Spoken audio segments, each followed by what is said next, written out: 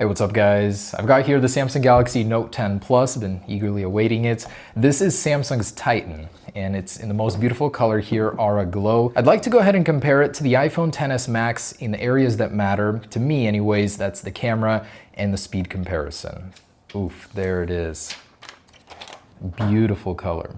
Now, it's one thing to see it in the photos and an entirely different thing to experience it in person. So I really like this look. I like that they're experimenting with new finishes. You know, we've been seeing so many of the static colors. It's very refreshing.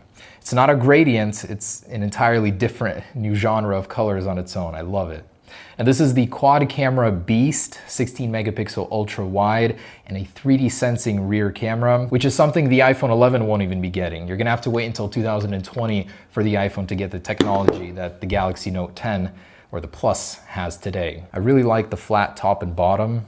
Something new entirely. Well, I'd say it's copied from Huawei for sure. So the first thing that you'll notice is that the power button is gone from the side. It's now on the left side. This is a 6.8-inch display. Of course, you have that cutout whole camera up here, which is now smaller than the Galaxy S10.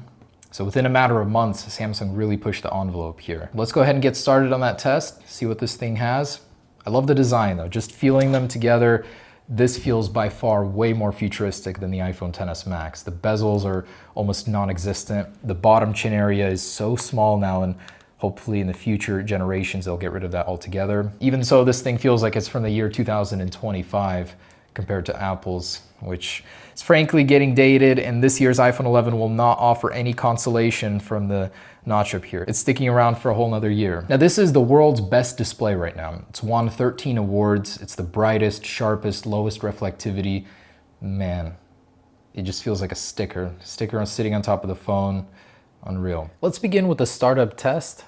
So to turn off the iPhone, it's volume up, and the power button over here with no power button on the side, Samsung has relocated it to the volume down plus power button. An interesting change. Now on the left, we have Android 9 with Samsung's latest UI on top and iOS 13 Beta 7 on the right. Here we go in 3, 2, 1.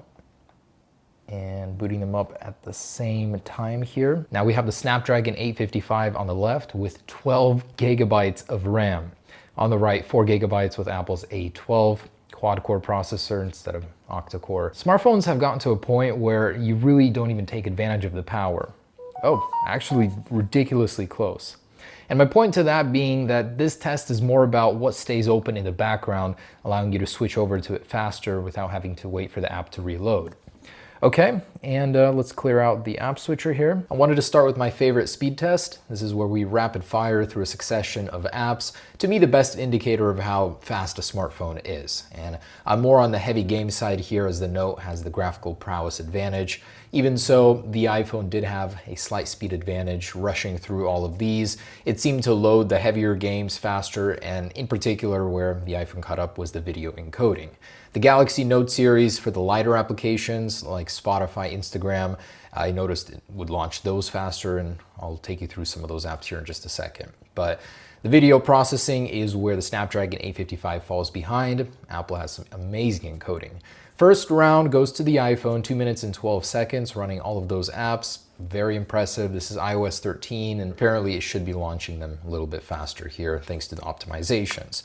Now, round 2 is where the Galaxy Note 10 really starts to show off. The Plus here with its 12 gigabytes of RAM with a 27-second round 2. All of the apps were still open in the background. For the iPhone, it was only the last few that were loaded. Impressive. Next, I'd like to launch some apps side by side and get a more accurate comparison. Let's start with YouTube. 1, 2. And oh, this one loaded fast on the Galaxy Note 10. Moving on to something heavy. 1, 2, 3. And this is definitely going to be something longer to load. So iPhone loaded this one faster with its paltry 4 gigabytes of RAM. That's only going to come into play here in a little bit. Okay, Asphalt 9, 1, 2. I've never gotten to a point where I'm like, I need more power on my iPhone. Galaxy definitely has more raw graphical power. Oh, loaded this one faster. So for gaming, I definitely would recommend the Galaxy Note 10. It's got the bigger display. 1, 2. Actually about the same. Temple Run, 1, 2. A little bit of a lighter one. Oh, definitely loaded faster on the Note. And Minecraft, 1, 2. Oh yeah, again on the Note faster. Let's actually try and load the world. 1, 2. A lot of the games aren't fully updated for the display on the Note series, although would you want it to go past the camera?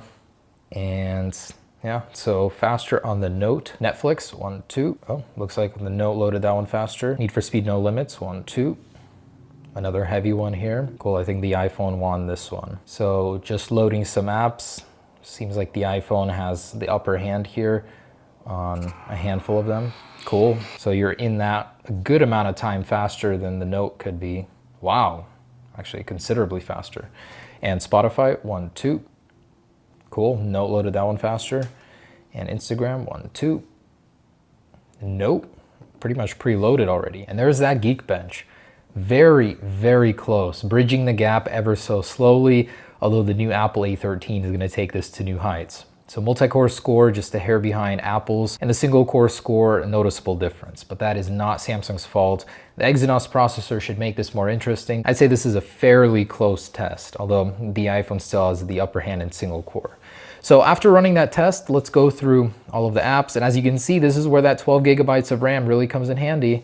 The iPhone has to reload these applications. Yep, has to reload Player Unknown, Asphalt 9.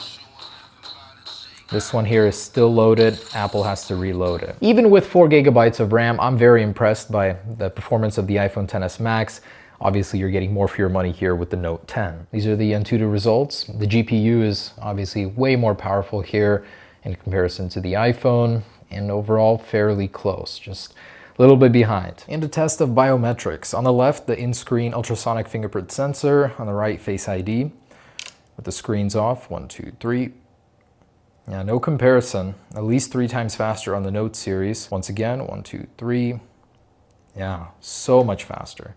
Apparently the new iPhone is gonna have faster Face ID, but yeah, even with iOS 13, still not up to par with the Note series. Much, much faster. And from the same distance, Face Unlock from both, I'd say about the same, although Apple's is a more secure version. Yeah, about the same speed-wise and animation-wise. Fingerprint sensing is where things really get put on a different level with the Note 10. All right, let's go ahead and test those cameras out. Over here we have the 16 megapixel ultra wide. Both are capable of 4K 60, and just on a general quality test here. Okay, so here's some pop-in colors. Got some magenta, pink, orange. And this is where the Galaxy really shines here, and that's ultra wide. So you click on this magical button and you step back several feet, where the iPhone cannot compete right now. In a month it'll be able to. Right now, the ultra wide seriously just kicks ass on Samsung. I love it. Let's get in real close here. I think Samsung has gotten pretty close to the iPhone in terms of realistic colors. Both really, really great. And here's 2x zoom on this beautiful sunflower. Both are stabilized optically.